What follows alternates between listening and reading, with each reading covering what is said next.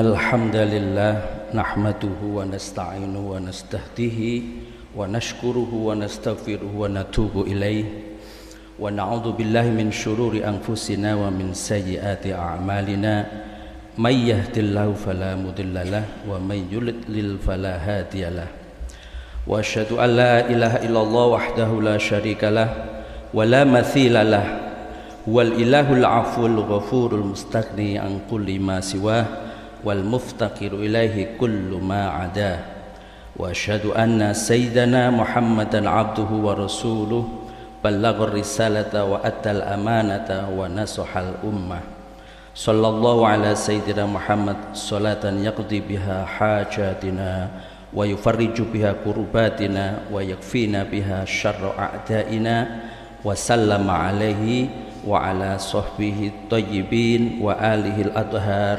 ومواله أما بعد فإني أوصيكم بتقوى الله العلي القدير القائل في محكم كتابه الكريم أعوذ بالله من الشيطان الرجيم بسم الله الرحمن الرحيم والعصر إن الإنسان لفي خسر إلا الذين آمنوا وعملوا الصالحات وتواصوا بالحق وتواصوا بالصبر. Ma'asyiral muslimin rahimakumullah, mengawali khutbah pada siang hari ini marilah kita senantiasa berusaha meningkatkan takwa kepada Allah Subhanahu wa taala dengan berusaha terus-menerus menjalankan segala perintah Allah Subhanahu wa taala dengan semaksimal mungkin dan menjauhi segala larangannya dalam kehidupan kita. Ma'asyiral muslimin rahimakumullah, surat Al-Asr di atas menegaskan bahwa seluruh manusia dalam kerugian kecuali orang-orang yang melakukan 4 perkara. Pertama, memiliki iman, karena tanpa iman seseorang tidak akan selamat di kehidupan akhirat. Yang kedua, beramal soleh, yaitu melakukan seluruh apa yang Allah wajibkan kepada hamba-hambanya. Ketiga, saling menasihati untuk kebenaran, yakni saling menasihati untuk melakukan kebaikan. Yang keempat, saling menasihati untuk kesabaran. Maknanya saling menasihati untuk bersabar melakukan ketaatan, bersabar meninggalkan kemaksiatan, dan bersabar menghadapi musibah. Sebab jika disebut kata sabar secara mutlak, artinya mencakup sabar melakukan ketaatan, sabar menahan diri dari kemaksiatan, dan sabar menghadapi musibah. Jadi seorang muslim minimal ia beriman kepada Allah dan Rasul-Nya dan menjauhi kekufuran. Adapun tambahan dari hal itu dengan melakukan perkara-perkara yang disebutkan dalam surat ini adalah sifat orang-orang soleh yang berbahagia dan selamat dari segala siksa di akhirat. Ma'asyiral muslimin rahimakumullah, sungguh Allah telah mengagungkan sikap saling menasihati dan saling berwasiat untuk melakukan dan menetapi kebaikan. Sebagaimana firman Allah dalam hadis qudsi, wa haqqat mahabbati 'alal mutanasihina fiyya, rawahu Ahmad wa Ibnu Hibban wa ghairihima. Dan telah tetap cintaku bagi orang-orang yang saling menasihati karena aku. Saling menasihati karena Allah adalah ciri orang-orang mukmin yang sempurna imannya. Saling menasihati karena Allah artinya saling mengingatkan ketika ada yang berbuat dosa, bukan membiarkannya dalam dosa dengan dalih menjaga perasaan atau dengan dalih menjaga hubungan pertemanan agar tidak terputus. Saling menasihati karena Allah artinya bekerja sama dalam kebaikan dan meraih ridho Allah, bukan bekerja sama untuk meraih harta duniawi dengan mengesampingkan ridho Allah Ta'ala. Ma'asyiral muslimin rahimakumullah, nasihat seyogyanya disampaikan dengan lemah lembut sebagaimana disabdakan oleh baginda Rasulullah sallallahu alaihi wasallam, innallaha yu'ti 'ala rifqi ma la yu'ti 'ala al-'unfi, rawa Ibnu Hibban wa ghairu.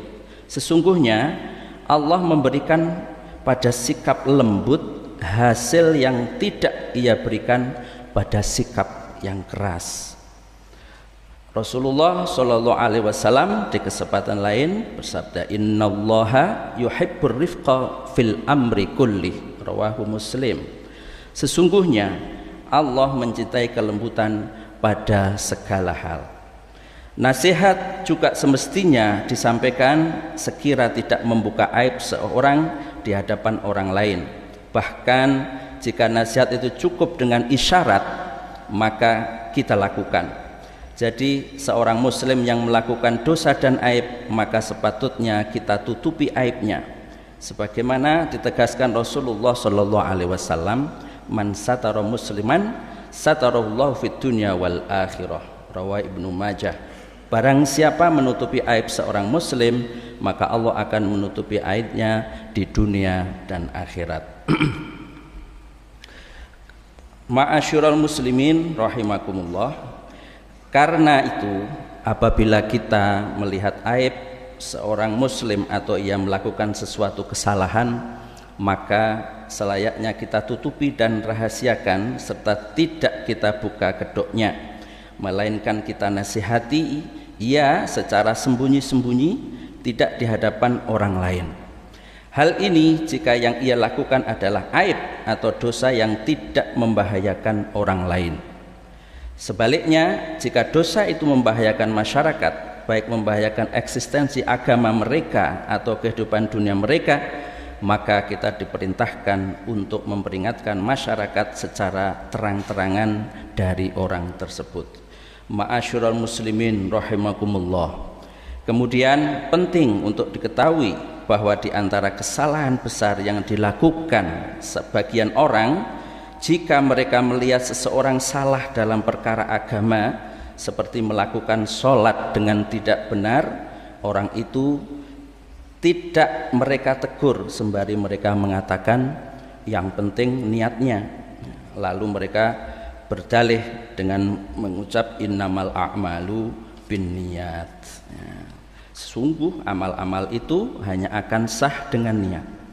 Ma'asyiral muslimin rahimakumullah. Hadis tersebut konteksnya tidaklah seperti yang mereka pahami, karena kita dalam masalah ini diperintahkan untuk melakukan dua hal sekaligus: berniat dengan benar dan melakukan perbuatan dengan benar sesuai tuntunan syariat.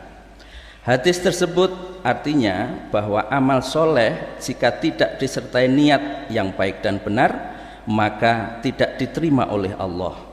Maksudnya bukan berarti seseorang dibiarkan dalam kebodohannya, lalu yang diperhitungkan dari dia hanya niatnya, sedangkan perbuatannya sama sekali tidak diperhitungkan apakah sesuai dengan tuntunan Rasulullah atau bertentangan dengannya.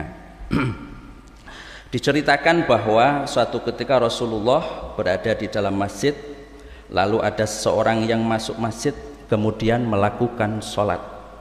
Setelah itu ia duduk di masjid Rasulullah sallallahu alaihi wasallam. Rasulullah kemudian memerintahkan kepadanya, bangkit lalu sholatlah, karena sesungguhnya engkau belum sholat. Laki-laki itu mengulangi sholatnya kemudian duduk di majlis Rasulullah. Baginda Nabi lalu bersabda kembali kepadanya, bangkit dan sholatlah, karena sesungguhnya engkau belum sholat. Kemudian laki-laki itu mengulang sholatnya, kemudian duduk di majelis Rasulullah.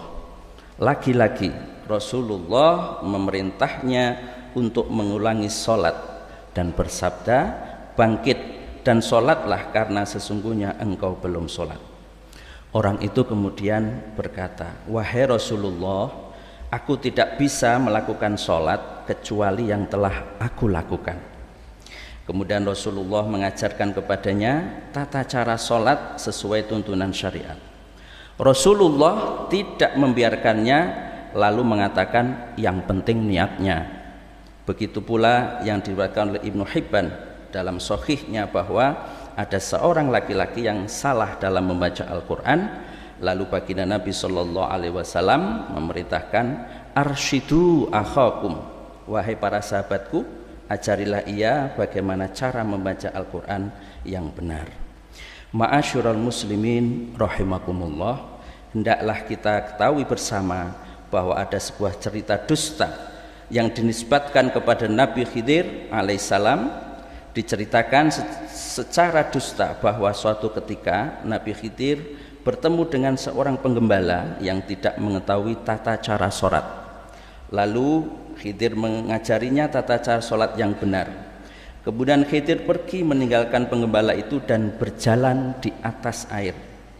Ketika sang penggembala bangkit untuk melakukan sholat, ia lupa mengenai tata cara sholat yang telah diajarkan oleh Khidir. Lalu ia menyusul Khidir dan memintanya berhenti untuk mengajarinya kembali tata cara sholat. Khidir menoleh dan mendapati penggembala itu mengikutinya dari belakang dan berjalan di atas air seperti dia. Lalu Khidir berkata kepadanya, sholatlah seperti yang engkau mau. Orang-orang yang menceritakan kisah ini mengatakan bahwa sang penggembala disebabkan kejernihan hati dan kesucian niatnya, ia dapat berjalan di atas air. Kisah ini jelas tidak benar dan tidak berdasar. Kisah semacam ini hanya mendorong orang untuk tetap dalam kebodohan serta melemahkan semangat orang yang ingin belajar ilmu agama. Orang bodoh yang sama sekali tidak mengetahui tata cara sholat yang benar sesuai dengan tuntunan syariat dan tidak mengetahui ilmu agama yang fardu ain tidak akan diangkat oleh Allah menjadi walinya, sebagaimana ditegaskan oleh Imam Syafi'i dalam banyak ulama yang lain. Begitu juga Hadratus Syekh Muhammad Hasyim Asy'ari menegaskan dalam Tamzizul Haq, minal batil mattakhallahu min waliyin jahilin walau takhadahu waliyan la'alamahu. Allah tidak mengangkat seorang wali yang bodoh. Seandainya Allah mengangkatnya menjadi wali, niscaya ia memudahkan jalan baginya untuk memahami ilmu agama. Ma'asyiral muslimin rahimakumullah, dalam sebuah asar disebutkan bahwa jika seorang sahabat Nabi bertemu dengan sahabat Nabi yang lain, keduanya tidak berpisah sebelum yang satu membaca surat Al-Asr kepada yang lain.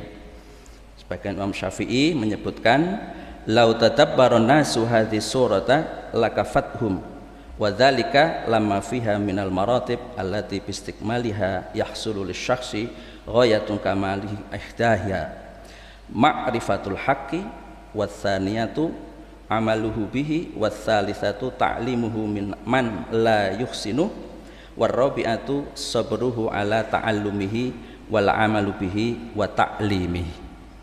Seandainya seluruh manusia merenungkan surat ini, surat Al-Asr, niscaya ia cukup menjadi pedoman bagi mereka. Hal itu dikarenakan surat ini mengandung beberapa hal yang tidak dilakukan seseorang, maka ia telah mencapai kesempurnaan iman, yaitu 1. Mengetahui kebenaran, 2. Melakukan kebenaran, 3. Mengajarkan kebenaran itu kepada orang lain yang tidak melakukannya, dan 4. Bersabar untuk mempelajari kebenaran, mengamalkannya dan mengajarkannya. Ma'asyiral muslimin rahimakumullah, demikian khutbah singkat ini, semoga bermanfaat bagi kita semua, amin ya rabbal alamin. Aqulu qouli hadza wa astaghfirullah li wa lakum fastaghfiruhu innahu wal ghafurur rahim. Wa qul rabbighfir warham wa anta khairur rahimin.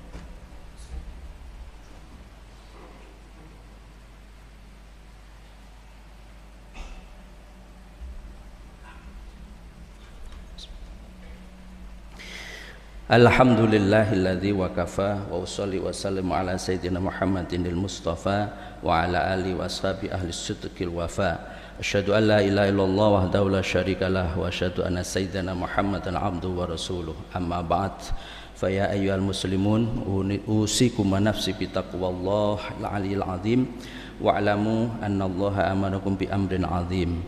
Amarakum bis salati wassalami ala nabiyil karim faqala innallaha wa malaikatahu yusalluna ala nabi ya ayyuhalladzina amanu sallu alaihi wa sallimu taslima.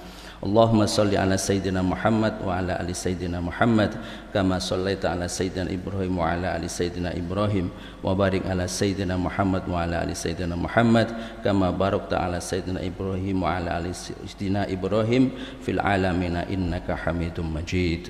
Allahumma ighfir lil mu'minina wal mu'minat wal muslimina wal muslimat al ahya'i minhum al amat. Allahumma adfa' anal bala'a wal ghala'a wal waba'a wal fakhsha' wal munkar wal baghi was sufa al mukhtalifa was syada'ida wal mihan ma dhahara minha wa batan min baladina hadza khassah wa min bildan muslimin 'amma innaka 'ala kulli syai'in qadir. Allahumma aslih lana dinana alladhi asmatu amrina wa aslih dunyana allati fiha ma'ashuna wa aslih akhiratana allati ilaiha ma'aduna waj'alil hayata ziyadatan lana min kulli khair waj'al mauta rahatan lana min kulli syarr. Rabbana zalamna anfusana wa illam taghfir lana wa tarhamna lanakuna minal khasirin. Rabbana atina fid dunya hasanah wa fil akhirati hasanah wa qina adzabannar. Walhamdulillahi rabbil alamin. Wa la dzikrullahi akbar.